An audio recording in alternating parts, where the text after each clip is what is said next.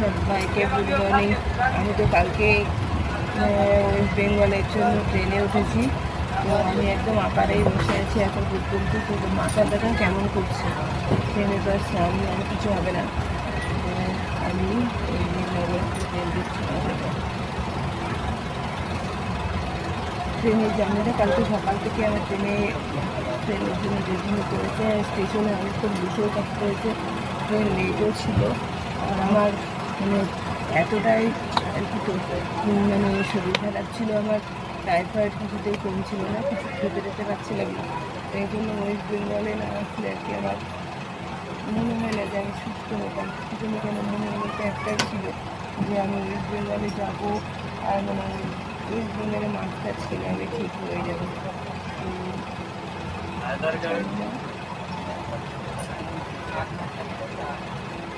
কতটা ঠিক, তবে এখন আমার মনে একটা আশা যে আমি আর কি ওয়েস্ট বেঙ্গলে আসলে আমি ঠিক হয়ে যাব।